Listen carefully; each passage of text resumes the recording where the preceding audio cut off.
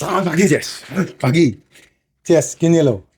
Ini komen ini saya replay karena ini ya, saya nyes gitu ya. Pagi Pak Jess, dari semalam gak bisa tidur karena perut panas kayak kebakar. Mau coba dong racikan Pak Jess, terima kasih. Ada banyak kesalahan yang terjadi dalam sebuah perjalanan kehidupan. Kesalahan itu sebetulnya setiap orang sudah paham, setiap orang sudah tahu. Cuman dia nggak mau tahu. Kenapa nggak mau tahu? Karena dia mengalihkan fokusnya. Dia mengalihkan fokusnya. Hidup, Jess, hidup ya. Saya kasih tahu rahasianya hidup ya.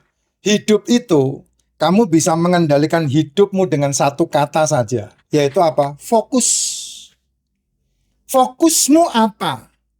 Ya, makanya seorang pelukis, kamu lihat ini lukisan di belakang saya ini. Lukisan di belakang saya nggak pernah bisa terjadi kalau pemilik lukisan itu mikir-mikir terus, nggak bakal bisa. Tapi dia sudah punya gambarannya, dia mau ngelukis apa. Dia sudah punya tujuannya, lukisannya mau jadi apa. Makanya jadi seperti di belakang itu. Bagus tuh loh, lukisan itu. Ya, itu 500 juta itu, Jess. Kecil segitu 500 juta itu, lukisan itu. Nah, yang dibeli adalah ide dia yang dituangkan di dalam sebuah kanvas. Yang dibeli adalah sehingga harganya menjadi mahal. Itu sebabnya kenapa lukisan Yesus dibeli sama Raja Arab sampai 7 triliun. Bukan lukisan Yesus ya. Lukisan apa itu namanya?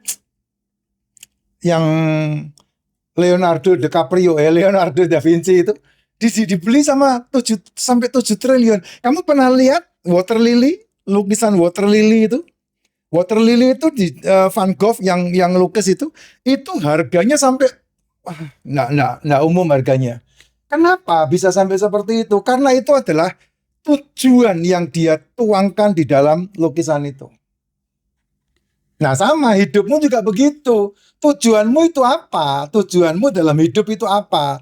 Artinya apa? Artinya ketika kamu menjalani kehidupan, makanya saya selalu bilang, lahir itu takdir, mati itu takdir.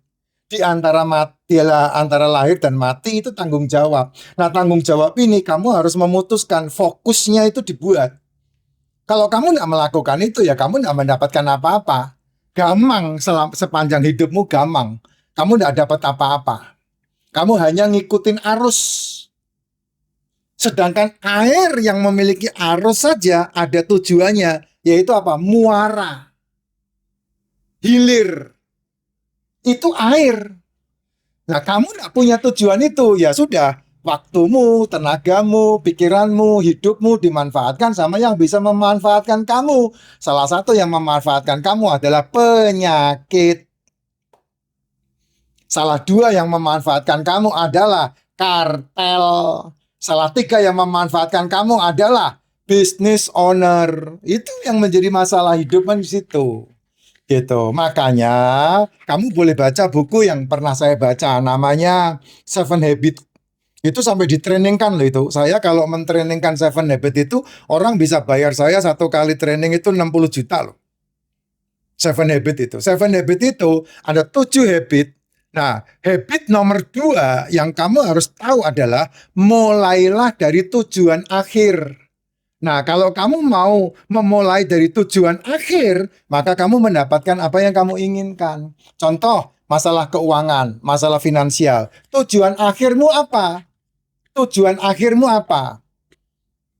Tujuan akhir saya adalah saya punya uang setiap bulan yang memberi makan saya 100 juta. Makanya saya melihat ke belakang, apa yang bisa menghasilkan setiap bulan 100 juta. Ya kalau sekarang enak, kripto. Kamu main di dunia kripto. Makanya kalau kamu punya dunia kripto, satu bulan bisa menghasilkan sampai 100 juta. Kan itu simpelnya kan seperti itu. Kamu pengen sehat. Tujuan akhirmu adalah kamu menikmati masa tuamu dengan sehat. Nah itu saya kasih jalurnya. Tidak sarapan, tidak makan malam, Dan itu akan membuat kamu 10-20 tahun yang akan datang, kamu menghasilkan duit dalam dunia pekerjaan kamu, yang sekarang ini kamu geluti, kamu bisa menikmati hasilnya ketika kamu menabung dan punya tabungannya. Kan seperti itu gitu. Nah kalau kamu hidupnya terus setiap saat gampang seperti ini, ya kamu nggak bisa menikmati apa-apa, bos. Beneran. Karena apa? Karena dalam hidup itu segala sesuatu ada harganya. Semuanya ada harganya. Masa depanmu itu harganya hari ini. Karena masa depanmu terjadi 5-10 tahun yang akan datang. 10-20 tahun yang akan datang. Itu kan masa depanmu itu. Harganya adalah hari ini. Mata uangnya itu hari ini.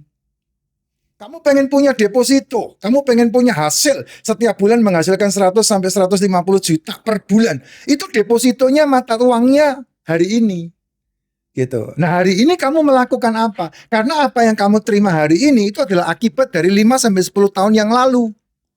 3-5 tahun yang lalu itu akibatnya hari ini. 3 tahun yang lalu saya memutuskan membeli auto trade dan hari ini saya menerima akibatnya baru 3 tahun ya. 2 tahun 7 bulan. Nah, kamu bayangkan kalau target saya 2040. Umur saya berapa? Sekarang saya anggaplah sekarang ini 57. 40 tahun lagi berarti berapa? 40 tahun lagi 2040 berarti kurang sekitar 10 tahun 15 tahun lagi. Ya umur saya 70 tahun, 70 tahun dengan badan yang sehat, kaki yang kuat, tidak pakai tongkat. Ya saya menikmati keliling dunia lah. Itu kan tujuannya kan, gitu. Ya, kadang-kadang kita itu salahnya kita itu tidak mau pusing dengan hukum. Sedangkan hukum kamu percaya boleh enggak boleh. Saya pernah mengatakan tuh di konten saya yang lain, hukum meskipun kamu anaknya kiai, meskipun kamu anaknya pendeta, meskipun kamu seorang kiai, meskipun kamu seorang pendeta, meskipun kamu seorang yang punya jabatan tinggi, hukum tidak peduli sama kamu. Meskipun kamu khatam dengan Al-Quran, meskipun kamu khatam dengan Alkitab, meskipun kamu khatam dengan Tripitaka, Weda sekalipun, hukum tidak pernah bisa tunduk dengan kekuatanmu ketika kamu tidak sesuai dengan hukum. Ya kalau tidak percaya, coba aja hukum gravitasi. Bisa nggak kamu langgar? Nggak bisa, Pak. Hukum tetap bekerja di sana. Demikian juga dengan hukum kesehatan. Tubuhmu ini punya siklus yang kamu nggak bisa langgar. Siklus itu ditetapkan dengan alam semesta. Dari siang menuju ke malam itu dari beta menuju ke delta. Dari malam ke siang itu dari delta menuju ke beta. Makanya ada pasang, ada surut. Pasang surut itu selalu terjadi. Malam itu pasang, pagi menjelang siang itu pasti surut. Demikian juga dengan asam lambungmu. Nggak usah pakai teori macam-macam, Pak. Nggak usah pakai teori macam-macam. Kamu kalau tanya sama saya, Pak Effendi sertifikatnya apa? Nggak saya jawab. Nggak butuh sertifikat untuk mengetahui seperti itu. Butuh kecerdasan saja. Kadang-kadang kita nggak pernah memahami itu, tapi kepingin begini begitu. Ya, Jokowi aja yang disebut nggak punya ijazah aja bisa membangun 10 tahun negara ini lebih baik daripada mereka yang punya ijazah. Bahkan yang saat jadi presiden dilantik apa di wisuda di salah satu universitas di daerah Bogor. Ayo 10 tahun mangkrak pembangunan mereka. Dibandingkan dengan Jokowi, semua pembangunannya selesai. Nggak punya ijazah tuh katanya tuh. Oh, saya lebih hormat sama Jokowi tuh. Oh, ada juga yang nggak punya ijazah ngejual-jual aset negara juga ada. Ya tapi kamu belajar dong dengan sejarah yang nyata, jangan sejarah katanya, jangan belajar dari sejarah kadrun, jangan belajar dari sejarah pembenci-pembenci negara kita ini. Itu yang harus betul. Nah, demikian juga dengan kesehatan. Oh, saya panjang lebarkan supaya kamu bisa menganan kiri supaya membandingkan dengan baik gitu ya Pak. Itu yang saya sampaikan sehingga kita bisa melihat diri kita ini dengan kacamata yang berbeda dengan masyarakat yang lain lihat, dan kamu pasti akan mendapatkan input yang lebih baik, kesehatan yang lebih baik, kekayaan yang lebih baik, kehormatan yang lebih baik. Itu saja gitu sehingga kita bisa, ya itulah yang saya sampaikan. Ya, sehat selalu bos. Sehat selalu ya. Racikan vaksin, tidak sarapan, tidak makan malam. Oh, itu untuk membangun kesehatan yang sangat luar biasa buat tubuh kita. Itu yang paling simpel, paling gampang. Ya, sehat selalu, Pak.